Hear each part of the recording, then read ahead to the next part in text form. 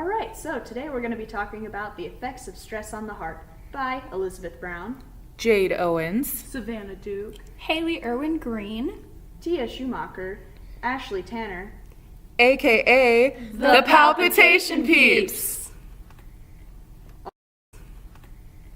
Alright, so let's first start with general structure and function. The heart is a part of the cardiovascular system. Whoa, oh my gosh. The cardiovascular system comprises of, shocker, the heart and the circulatory system. Some structures include, of course, blood vessels, to hold the blood, and the heart, which pumps the blood. The main functions of the cardiovascular system is to pump blood through the body, which then will supply oxygen and nutrients to the cells, and it removes gaseous waste from the body. So you mean if I don't have this system anymore, I might not make it? No, you won't. Dang. Now we'll talk about the matter of homeostasis. Homeostasis is maintained through keeping a constant blood pressure to avoid both hyper and hypotension. Hypertension is known as the silent killer due to the lack of symptoms and deadly results. Man, that sounds like something from a video game. Completely. Another way homeostasis is maintained is through the rhythmic beats of the heart. Heartbeats can increase or decrease, but must remain within a certain range in order to be considered healthy. Cholesterol levels in the blood also must be kept within a certain range. Atherosclerosis Is when there is plaque buildup, aka cholesterol, in the arteries. This happens when humans manually try to force mental homeostasis via smoking and drugs that result in the opposite effect. Wow, that means those Cheerios really were good for me. Alright, now let's talk about the indirect stresses that can affect the heart. Stress helps cause risk factors from heart attacks. Chronic stress elevates hormones like adrenaline and cortisol, both of which elevate blood pressure. Some people resort to stress eating, and this causes higher blood pressure, higher blood cholesterol, and can lead to Atherosclerosis. which also helps lead to high blood pressure, weakening the arteries. Both of these lead to heart attacks or can deprive the body of much needed oxygen through factors like blood clots or ruptured arteries. In other words, you may not survive. I'm sorry. Now we'll talk about direct stresses that affect the cardiovascular system. One such is called Takotsubo cardiomyopathy. The heart becomes misshapen and it is believed to be caused by emotional stress. The typical factors that lead to a heart attack are not present. Leads to the same electrical signals preceding a heart attack, but without any other factors.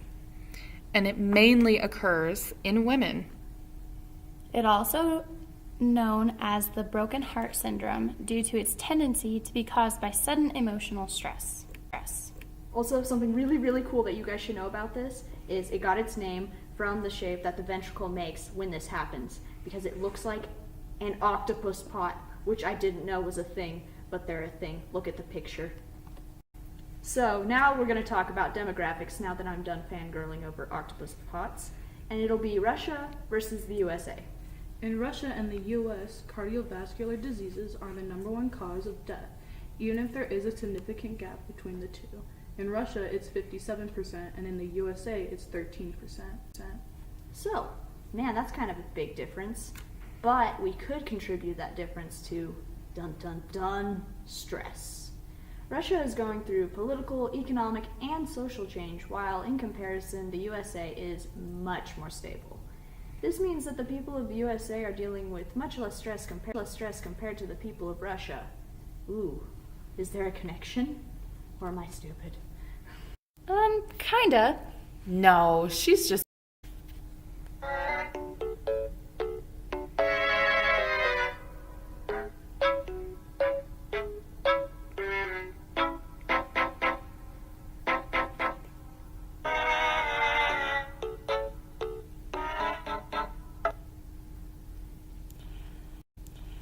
In the previous graphs, to help better understand the demographics of each country, we can expand on the percentage factors of death with that wonderful soundtrack.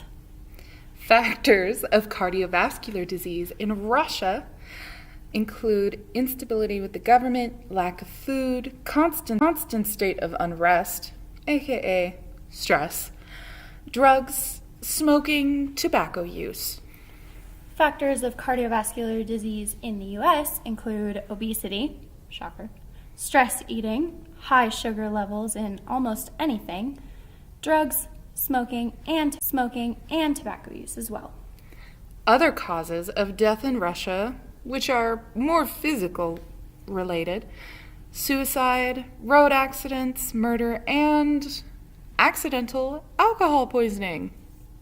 Other causes of death in the U.S., which are more disease-related, are cancer, unintentional injuries, and multiple diseases such as strokes, etc. Now taking a look at the artery, diseases and abnormalities caused by outside factors. First, we can look at the coronary artery spasm. It has triggers such as smoking, oh boy, drugs, and stress due to emotions. What happens if I've got all three? It causes the arteries to constrict. Coronary artery dissection. It's an arterial wall that separates and blood seeps through the layers, creating a blockage. It's caused by cocaine use. Watch out, you guys. Then we've got atherosclerosis, my favorite word. It's plaque buildup due to high cholesterol in relation to poor diet, smoking, poor exercise, etc. Maybe I should exercise more. That worries me a little bit. Plaque buildup creates tension in artery walls. Then the walls can rupture, which then blood clot, which is the most common cause of artery blockage, which can then, lead to death. Ooh.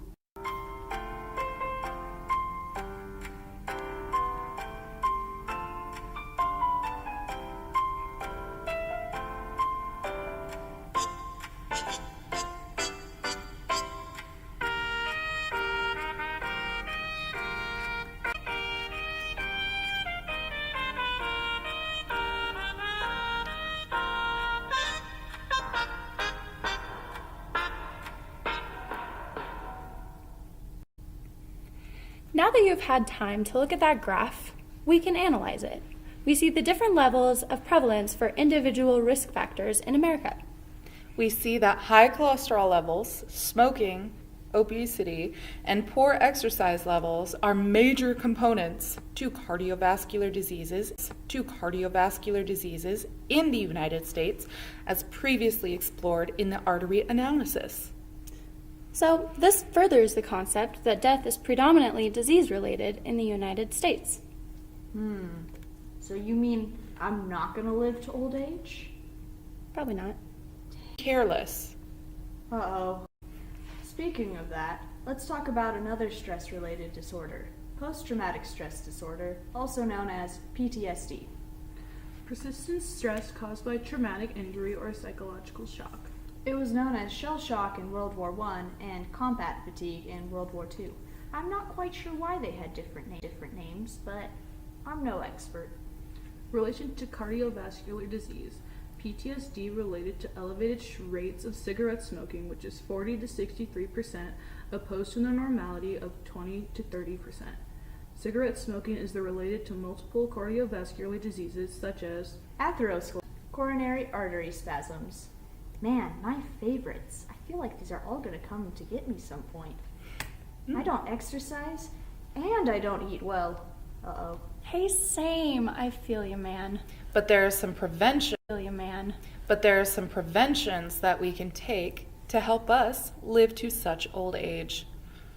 All right. By 2035, more than 130 million adults will have some form of cardiovascular disease. Wait, I'm an adult. That's an issue. Some good ideas to stop this would be to eat a diet that's free of trans fats and high in fruits and veggies. Exercise 5 days a week for 30 minutes. I feel like it should be 7 days a week, to be honest. To each their own, I guess. Yeah, well. Another important factor is to quit smoking. None of us can do it cold turkey, but just quit Jeez, just Yeah. do it. And also to make sure you are aware of what you put in your body. Drugs, a big no-no. Bad.